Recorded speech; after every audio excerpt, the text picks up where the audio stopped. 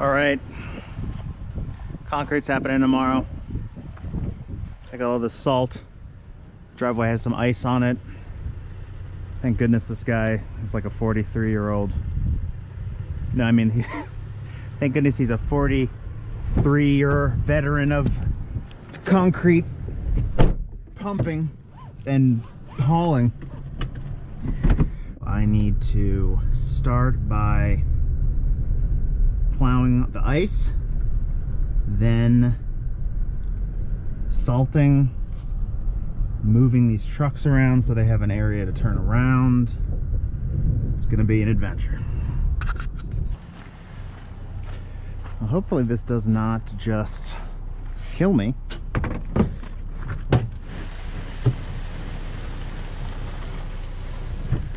That wasn't so bad.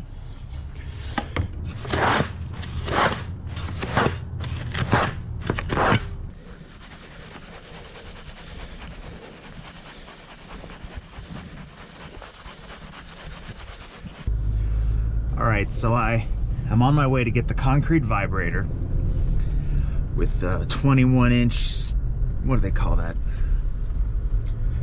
21-inch talon stinger? Yeah, 21-inch stinger. Maybe I don't need a stinger that big, but we'll see. Concrete pumpers were supposed to come at 10, and I'm confirming. And the guy says he found out that the job that was supposed to be 15 yards at 6 a.m. this morning is now 60 yards. And now, which means he's going to be there longer, and we have to push our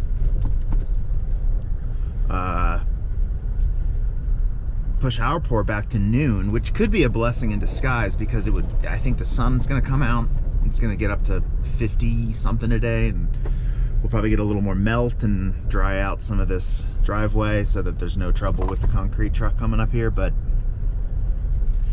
I just don't understand how something can be 15 and then turn into 60. I mean, shit. Like, I can understand maybe you did some rough math for your volume and it was 15, but it ended up being, you know, 18 or 20, but 4 times the amount is someone fucked up. And maybe, like, there were supposed to be 2 pumping companies and the other one, like, had a problem, and so now these guys got to pick up the slack. But I just don't understand how you can't plan for things like this. Like, I mean, do the math, figure out your volume, talk to all your guys, and then like how does that happen? I just don't understand how that happens. I mean, like, I did all these forms, like I double checked the math and added some. It's all in CAD. It's a volume calculation, and that doesn't include the rebar or the plumbing, so we're definitely got the right amount of concrete.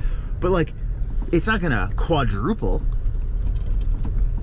It just blows my mind that people don't plan and talk anymore, or make contingency plans. Like, I bet this is probably the fault of their general contractor, but like, anybody can take, you know, extreme ownership and be like,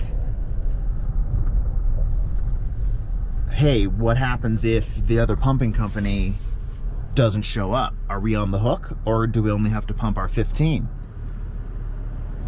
Or, hey guys, this job is 15 yards, let's plan for 20 and time it out that way. I mean, you know, who knows? All right, well, let that be a lesson to plan for contingencies and gotchas, and we'll see how it goes. So I'm on the way to the vibrator store. Got some goodies.